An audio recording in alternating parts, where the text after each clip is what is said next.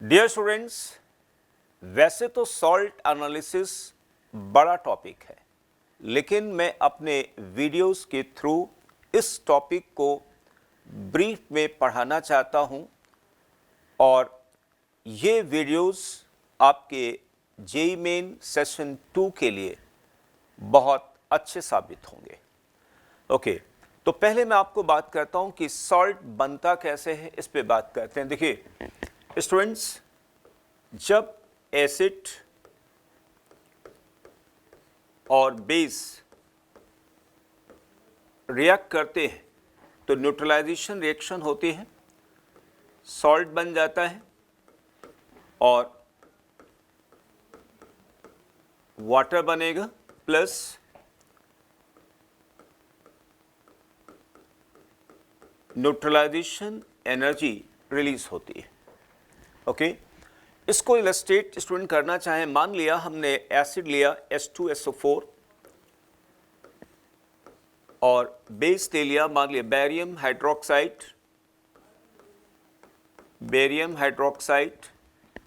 तो जो सॉल्ट बनेगा वो बन जाएगा barium sulphate plus water and plus heat evolve होगी। ओके स्टूडेंट, बेरियम सल्फेट जो सॉल्ट है ना, इस सॉल्ट का एनायन हमेशा एसिड से आता है और केटायन बेस से आता है।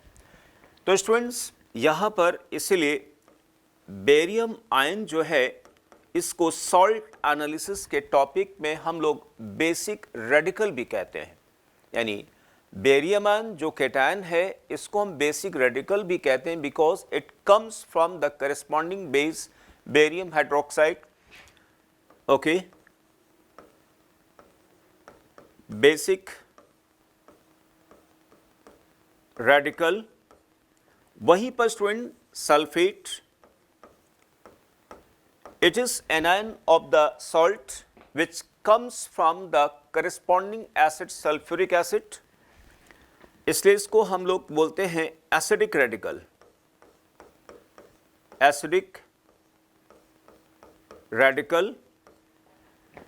या इसको हम एनायन भी कहते हैं। अंडरस्टूड है? और बेरियम आयन को शॉर्ट में हम लोग केटायन भी कह सकते हैं। Okay, so student, salt analysis topic का बेसिकली ऑब्जेक्टिव क्या है?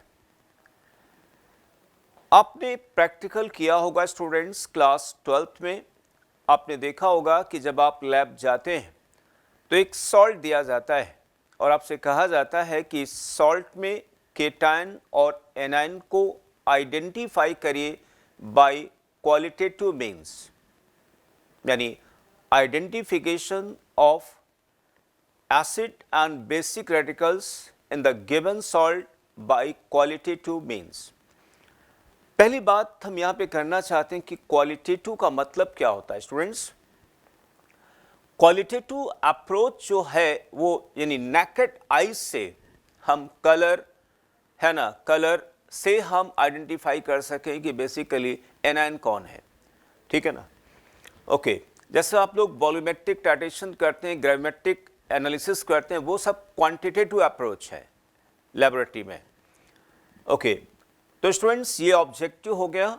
अब ऑब्जेक्टिव समझ जाने के बाद अब बात आती है कि पहले हम एनायन को आइडेंटिफाई करें या हम केटायन को आइडेंटिफाई करें।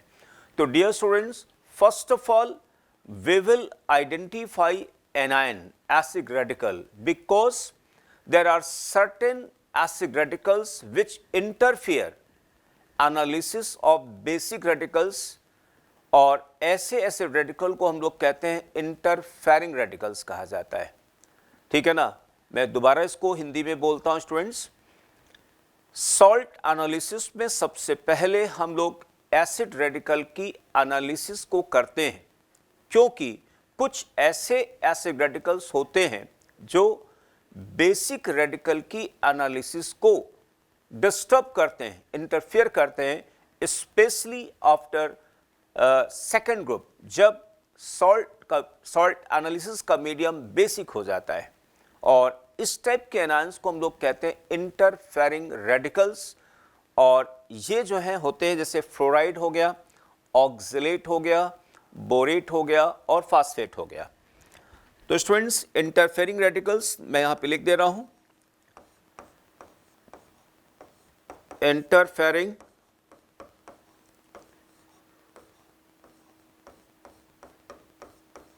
रेडिकल्स हो गए fluoride,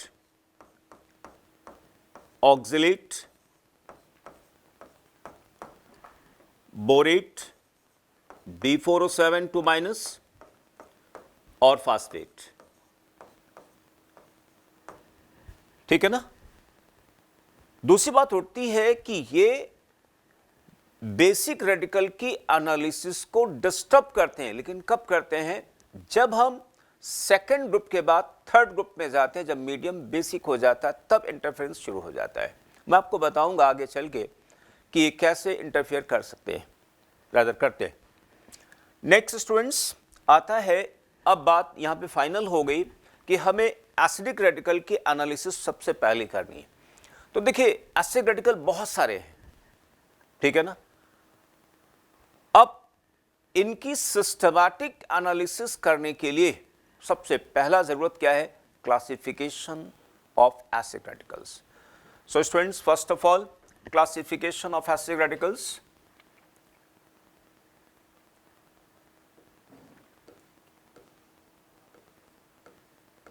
Classification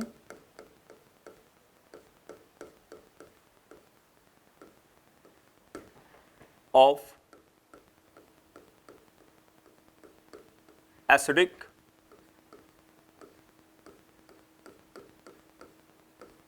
radicals. Okay, students,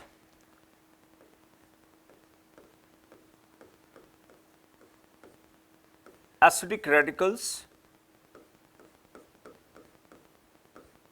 okay, acidic radicals are broadly divided into two classes, class A and class B. So they all are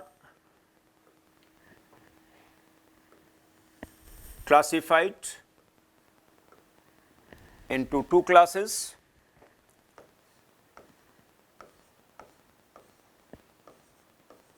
class A, class B. अब मैं आपको बताता हूं कि क्लास ए और क्लास बी में इन एसिडिक रेडिकल को divide करने का क्राइटेरिया क्या है। स्टूडेंट्स, क्लास ए में जितने भी एनायंस हैं, they all liberate gases products और volatile product on reaction with non volatile acid, ठीक है ना। और ये जो गैसेस प्रोडक्ट रिलीज होता है, it is related to the what? Anion. मैं दोबारा बोलता हूं स्टूडेंट्स, क्लास ए में वो सभी एसिड रेडिकल होते हैं जिनकी रिएक्शन अगर हम नॉन वोलेटाइल एसिड से कराते हैं तो कोई ना कोई गैस या वोलेटाइल प्रोडक्ट रिलीज होता है रिलेटेड टू द एनायन। तो वो जो गैस इवॉल्व हो रही है ना, उस गैस के आइडेंटिफिकेशन से हम पता लगा लेंगे कि उसमें एनायन कौन है, ठीक है ना। जैसे अगर कार्बोनेट है स्टूडेंट्स, कार्बोनेट में जब हम एसिड डालेंगे तो कार्बन डाइऑक्साइड गैस निकलेगी, और कार्बन डाइऑक्साइड गैस के आइडेंटिफिकेशन से हमें पता चल जाएगा कि भाई ये कार्बन डाइऑक्साइड है तो ये कार्बोनेट होगा या बाइकार्बोनेट होगा। बाद में उसका हम डिस्टिंक्शन कर लेंगे। ओके, लेकिन क्लास बी में स्टूडेंट्स वो सभी एनायंस आते हैं which do not liberate any gas or volatile product related to the anion on reaction with non-volatile acid। मतलब क्लास बी के अंदर वो सभी एनायन होते हैं जिनकी रिएक्शन अगर हम नॉन वोलेटाइल एसिड से कराऊं तो कोई भी gas related to the anion release नहीं होती। ओके, अब स्टूडेंट क्लास ए को फिर ब्रॉडली दो पार्ट में डिवाइड किया गया। हो सकता है क्लास ए में स्टूडेंट्स कुछ ऐसे एनायन हो जो सिर्फ कंसंट्रेटेड एसिड के साथ रिस्पॉन्ड करते हों, और कुछ ऐसे हों जो डाइल्यूट के साथ रिस्पॉन्ड करते हैं और कंसंट्रेट के साथ। जब डाइल्यूट के साथ कर सकते हैं, कंसंट्रेट के साथ भी कर सकते हैं, ठीक है ना। तो क्लास ए जो एसिड रेडिकल्स हैं, दे आर फर्दर सब divided into two groups, group 1 and group 2। So students, group 1 and group 2, group 2, okay. Student, group 1 में उन एसिड रेडिकल को रखा गया है जो एसिड रेडिकल्स डाइल्यूट HCl या डाइल्यूट H2SO4 के साथ रिएक्ट करके गैस रिलीज करते हैं, जबकि ग्रुप 2 के अंदर वो सभी एसिड रेडिकल्स आते हैं जिनकी रिएक्शन जब कंसंट्रेटेड H2SO4 के साथ होगी तभी गैस इवॉल्व होती है। तो स्टूडेंट्स, यहां पर मैं लिखता हूं, ठीक है ना।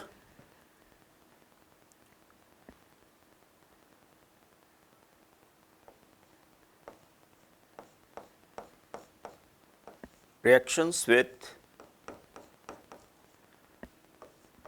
dilute HCl or dilute H2SO4, ठीक है ना। वैसे यहाँ पे स्टूडेंट जगह थोड़ी शॉर्ट है, नहीं मुझे लिखना क्या है यहाँ पे मुझे ये लिखना है बेसिकली कि गैस और gases product evolved on reaction with dilute HCl or dilute H2SO4, यहाँ मुझे लिखना था, लेकिन जगह शॉर्ट होने के कारण मैंने इसको ब्रीफ में लिख दिया, reaction with dilute this one. और यहाँ पे हमें लिखना है students, reaction with concentrated H2SO4, ठीक है ना, ओके। अब इस कैटेगरी ग्रुप 1 में कौन कौन से एनायन आते हैं मैं उनको स्टूडेंट लिखता हूं। देखिए, इसमें आता है carbonate, carbonate, bicarbonate, sulphite, sulphite, thiosulphate, nitrite और एसीटेट, राइट। ये एनायंस क्लास ए ग्रुप 1 में आते हैं, ठीक है ना, ओके। अब ग्रुप 2 की बात करता हूं। इस ग्रुप में स्टूडेंट्स आएगा fluoride, chloride, bromide, iodide, nitrate, oxalate and borate, B4O7 2-। Okay, तो स्टूडेंट क्लास ए में कौन कौन से एनायन है वो मैंने लिख दिया। अब मैं बात करूंगा क्लास बी में। स्टूडेंट, क्लास बी में जितने एसिड रेडिकल हैं they are also divided into two groups, group 1 and group 2।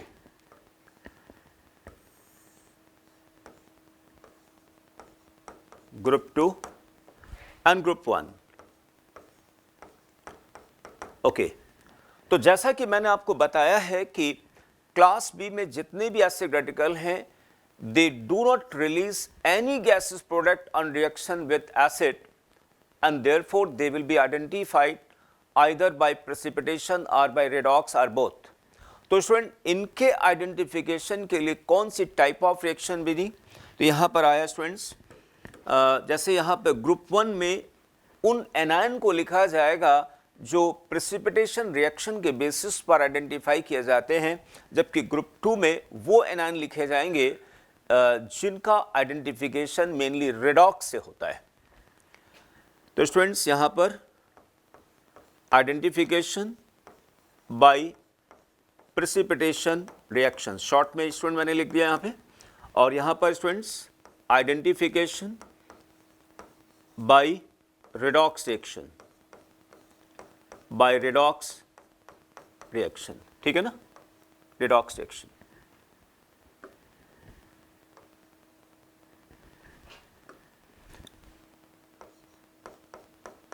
Okay, अब इनके स्टूडेंट्स एसिड रेडिकल लिखता हूं, इसमें आता है एक तो स्टूडेंट सल्फेट, सल्फेट, फास्फेट और क्रोमेट, ठीक है ना, chromate. These three anions have been classified in class B group 1 और यहां पे स्टूडेंट्स परमैग्नेट, परमैग्नेट, क्रोमेट, डाइक्रोमेट। स्टूडेंट सभी लोग जानते होंगे कि क्रोमेट या डाइक्रोमेट बेसिक मीडियम में कभी भी ऑक्सीडाइजिंग एजेंट का काम नहीं करता है। It acts oxidant only in acidic medium, और एसिडिक मीडियम रहेगा तो क्या रहेगा, डाइक्रोमेट के फॉर्म में रहेगा, ठीक है ना। जब pH 6 से कम हो जाएगा तो क्या होगा, डाइक्रोमेट के फॉर्म में आएगा। लेकिन जब इसका प्रेसिपिटेशन हम कराते हैं तो यानी क्रोमेट के फॉर्म में स्टूडेंट प्रेसिपिटेट होता है। ओके, अब हम थोड़ा सा और आगे बढ़ते हैं स्टूडेंट्स, देखिए यहां पे। तो स्टूडेंट्स ये हो गया क्लासिफिकेशन। क्लासिफिकेशन के बाद अब हम देखते हैं स्टूडेंट्स इन एनायन को कितने टाइप ऑफ रिएक्शन से हम आइडेंटिफाई कर सकते हैं। जैसे क्लास ए में जितने एनायंस हैं they all are identified by their reaction with acid number 1, number 2। They can also be identified by precipitation reaction. कैसे, देखिए, जैसे सभी लोग जानते होंगे कि बेरियम कार्बोनेट इनसॉल्युबल है ना, बेरियम सल्फाइड इनसॉल्युबल है, ठीक है ना, सिल्वर नाइट्राइट इनसॉल्युबल है, silver chloride, silver bromide, silver iodide insoluble है। तो यानी इन एनायन को हम प्रेसिपिटेशन रिएक्शन से भी आइडेंटिफाई कर सकते हैं। थर्ड, रेडॉक्स रिएक्शन से भी आइडेंटिफाई कर सकते हैं। कैसे, जैसे आपको मालूम है स्टूडेंट्स कि ये जो सल्फाइड है ना, सल्फाइड या सल्फाइड या thiosulphate, they all exhibit reducing character. तो अगर एसिडिफाइड पोटेशियम परमैग्नेट की रिएक्शन कभी हम सल्फाइड या सल्फाइड से कराएंगे तो क्या होगा, रिडॉक्स होगा। और इस रिडॉक्स रिएक्शन के दौरान हमको आंखों से क्या दिखेगा, नेकेड आइज से क्या दिखेगा कि पोटेशियम परमैग्नेट का कलर चेंज हो गया है। और इसी को हम लोग कहते हैं क्वालिटेटिव एनालिसिस। और इससे हम समझेंगे कि सल्फाइड रहा होगा तभी तो कलर चेंज हुआ है। ऐसे स्टूडेंट्स I माइनस देखिए ना, I minus, Br minus, they can exhibit reducing character, they can be identified by redox reaction. And the fourth type of reaction student specific test हो सकते हैं, ठीक है ना, स्पेसिफिक टेस्ट। जैसे सल्फाइड के लिए students sodium nitroprusside test, methylene blue test, ठीक है ना, नाइट्रेट के लिए ब्राउनिंग टेस्ट, एसीटेट के लिए आप न्यूट्रल फेरिक क्लोराइड ले सकते हैं जो कि बहुत ज़्यादा जेईई मेंस में पूछा गया है। क्लोराइड के लिए क्रोमाइल क्लोराइड टेस्ट ले सकते हैं, नाइट्रेट के लिए ब्राउनिंग टेस्ट, I माइनस के लिए कार्बन टेट्राक्लोराइड लेयर टेस्ट बना सकते हैं स्टूडेंट्स। फास्फेट के साथ अमोनियम मॉलिब्डेट का टेस्ट हम करा सकते हैं। तो ये आ गया। तो स्टूडेंट्स अब मैं फाइनली इसको कंक्लूड करता हूँ। क्लास ए में जितने भी एनायन हैं दे can be identified bye 4 type of reaction. First, the reaction with non volatile acid, dilute HCl और डाइल्यूट H2SO4 अगर वो ग्रुप 1 में है। तो ग्रुप 2 में है तो concentrated sulphuric acid. Second, precipitation reaction. जरूरी नहीं है कि सभी एनायन प्रेसिपिटेशन रिएक्शन को फॉलो करें। मैं आगे बताऊंगा कि कौन कौन से एनायन प्रेसिपिटेशन रिएक्शंस को फॉलो करते हैं और कौन कौन से यहाँ पर प्रेसिपिटेटिंग रिएजेंट होते हैं। And third, redox reaction. जरूरी नहीं कि सभी रेडॉक्स को फॉलो करें, some one will follow redox and some one will not follow. जैसे कार्बोनेट रेडॉक्स को फॉलो नहीं करेगा। And fourth reaction is what, specific test. Specific test students सभी फॉलो नहीं करते हैं, कुछ के स्पेसिफिक है कुछ के नहीं है, ठीक है ना। तो 4 टाइप ऑफ रिएक्शन से हम क्लास ए में जितने एनायन उनको आइडेंटिफाई कर सकते हैं। स्टूडेंट क्लास बी की अगर हम बात करें तो देखिए 4 टाइप की जो रिएक्शन यहां थी उनमें से क्या हो गया, एक टाइप की रिएक्शन खत्म हो गई, यानी 3 टाइप की रिएक्शन हम सोचेंगे। They can be identified by precipitation reaction. Number 1 redox reaction, number 2, number 3 specific test. जैसे अब जैसे सल्फेट की मैं बात करूं, sulphate is mainly identified by what, precipitation reaction, no redox no specific test. Phosphate precipitation, no redox specific. Chromate precipitation and redox and specific, तीनों आएंगे। परमैग्नेट में सिर्फ रेडॉक्स चलेगा स्टूडेंट्स, ठीक है ना। तो इनको हम ब्रीफ में स्टूडेंट बताएंगे so that incoming J mains आपका बहुत अच्छा हो जाए स्टूडेंट्स। अब हम आगे बढ़ेंगे स्टूडेंट्स। सबसे पहले हम बात करेंगे क्लास ए ग्रुप 1 के एनायन की रिएक्शन जब डाइल्यूट एसिड्स के साथ होती है तो क्या ऑब्जर्वेशन हमें देखने को मिलता है, ठीक है ना, उस पर हम बात करेंगे, यानी identification of class A group 1 anions with dilute HCl और डाइल्यूट H2SO4, ठीक है स्टूडेंट्स, ओके।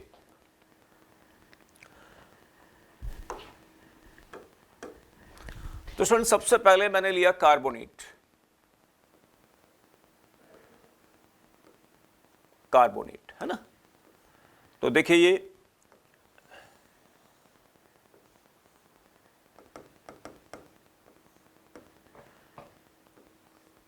Carbonate, okay. इसमें स्टूडेंट डाइल्यूट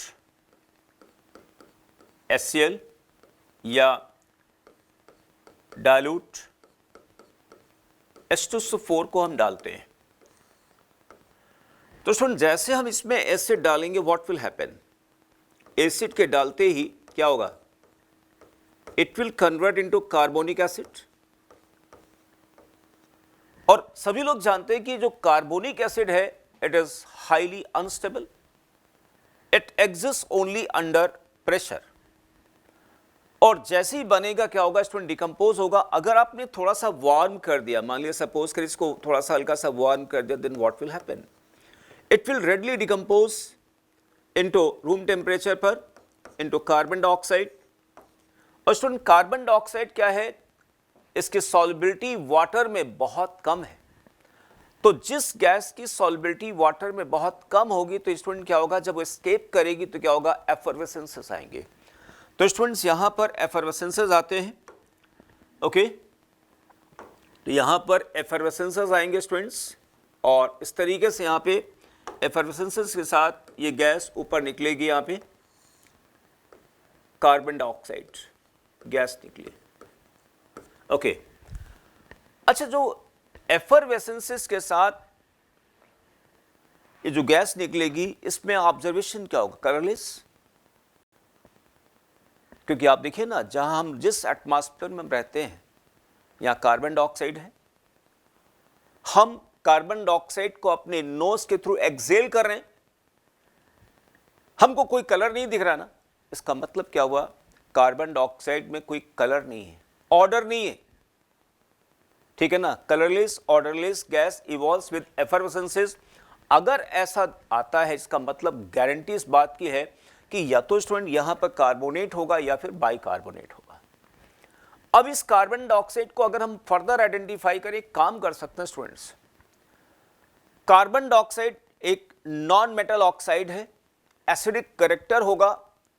तो अगर किसी बेस के साथ इसकी मैं रिएक्शन करा दूं तो सॉल्ट बनेगा, और सॉल्ट बनेगा कार्बोनेट बनेगा, और कार्बोनेट उसका कार्बोनेट बनाओ जिसका कार्बोनेट इनसॉल्युबल होता हो तो हम टेस्ट कर सकते हैं। इसलिए आपने देखा होगा कि कार्बन डाइऑक्साइड को जो निकलती है उसको हम लाइम वाटर या बेराइटा वाटर में पास कराते हैं। अब देखिए स्टूडेंट्स, मैं इसको अगर पास करा दूं यहां पे लाइम वाटर में, students calcium hydroxide, this is lime water.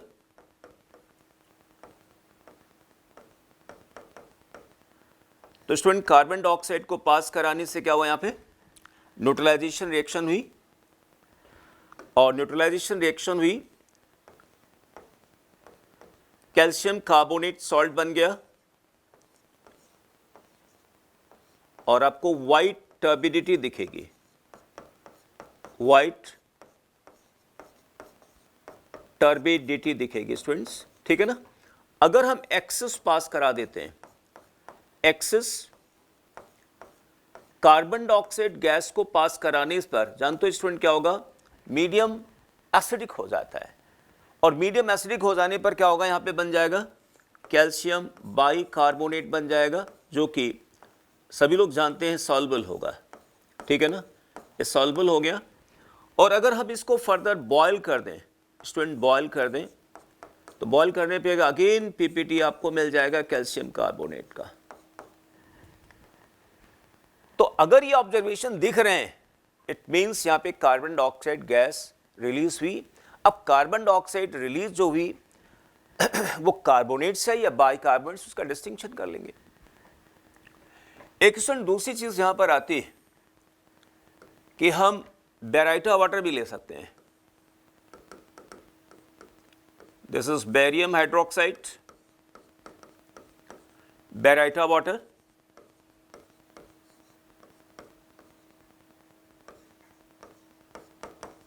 Okay. Carbon dioxide gas को पास करने पर न्यूट्रलाइजेशन रिएक्शन हुआ, बेरियम कार्बोनेट का व्हाइट पीपीटी मिल गया स्टूडेंट्स, ठीक है ना। और एक्सेस कार्बन डाइऑक्साइड पास कराने पर this carbonate dissolves due to formation of what, bicarbonate. तो बेरियम बाइकार्बोनेट बन गया और सॉल्युबल, ओके।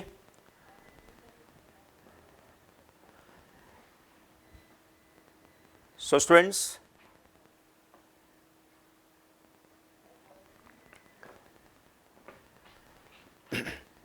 नेक्स्ट अगर हम देखना चाहें कि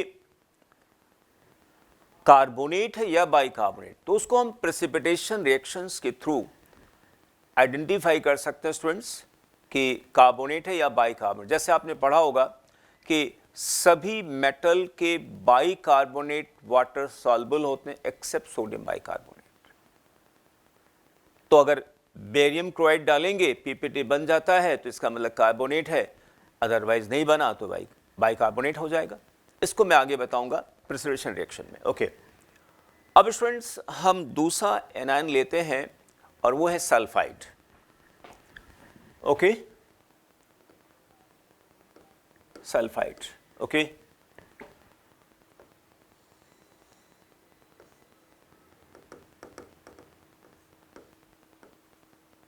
sulphide dilute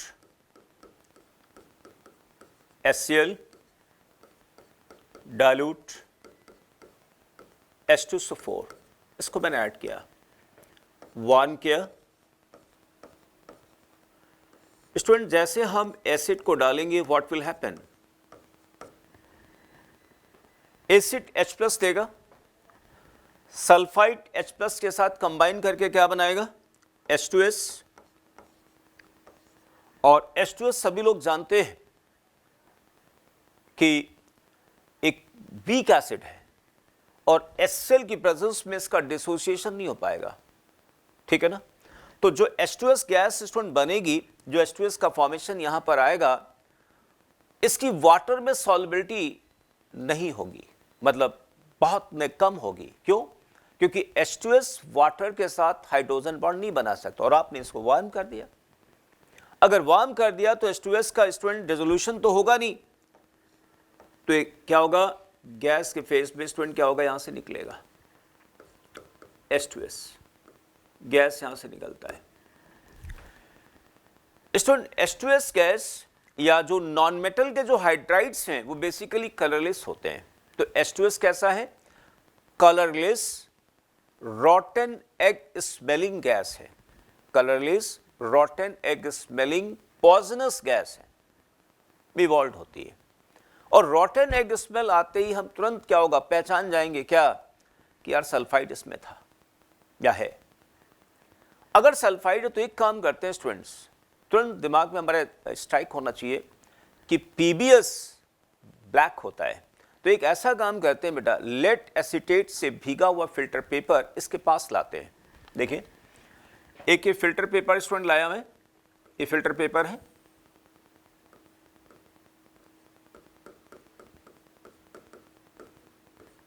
filter paper dipped into lead acetate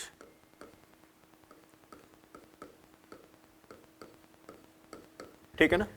तो जैसे इसके कांटेक्ट में स्टोन लाते हैं क्या होगा, it turns black, turns black, black हो जाता है, ठीक है ना। ब्लैक क्यों हो गया मैं आपको समझाता हूं students. H2S gas plus lead acetate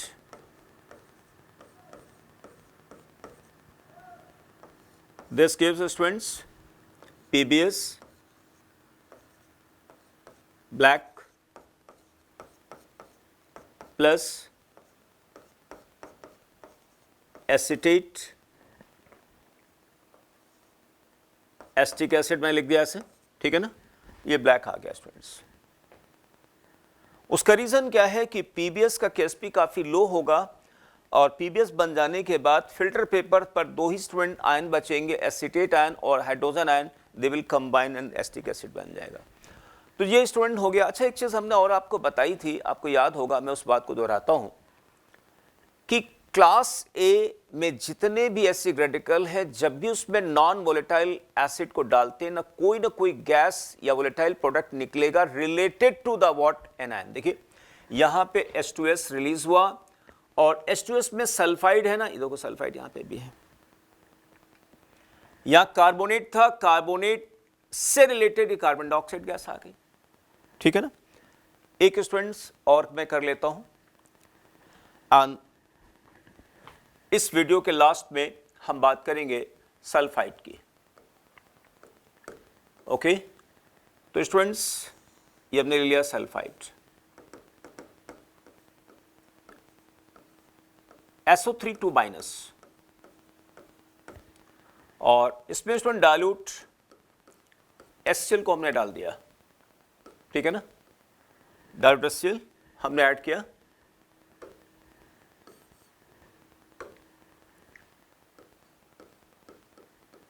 dilute HCl। वैसे स्टूडेंट हम यहां पे डाइल्यूट H2SO4 भी यूज कर सकते हैं, लेकिन it should be avoided.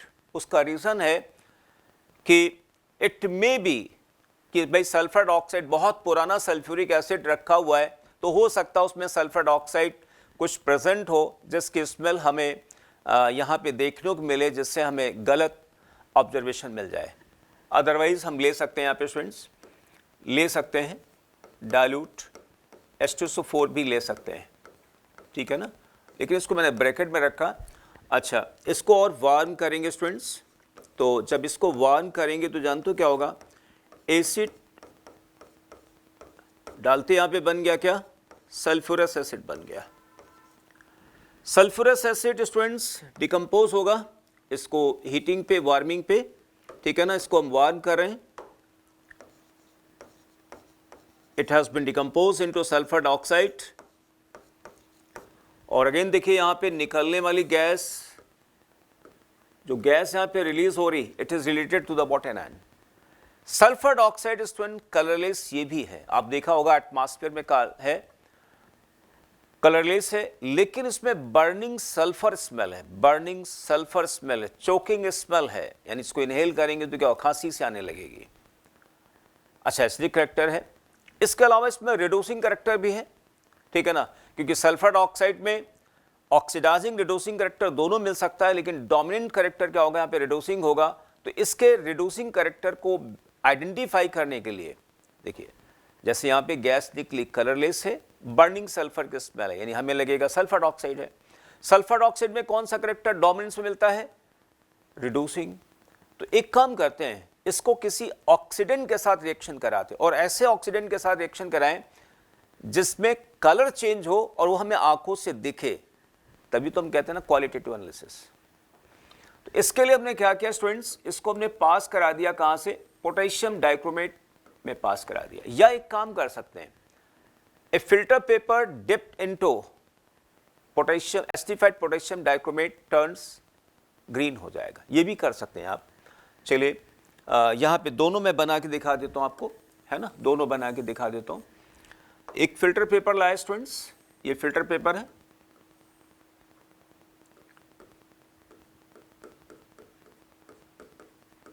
Filter paper dipped into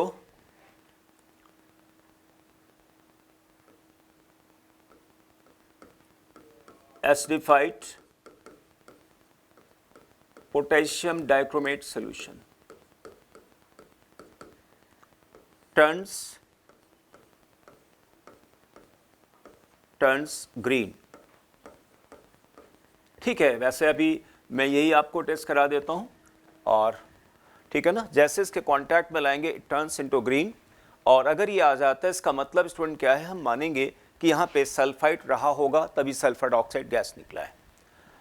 तो स्टूडेंट सल्फर डाइऑक्साइड की reaction acidified potassium dichromate potassium permanganate के साथ में इसकी रिडॉक्स रिएक्शन में बता देंगे वहाँ पर। तो स्टूडेंट्स इस वीडियो में इतना ही। Thank you students.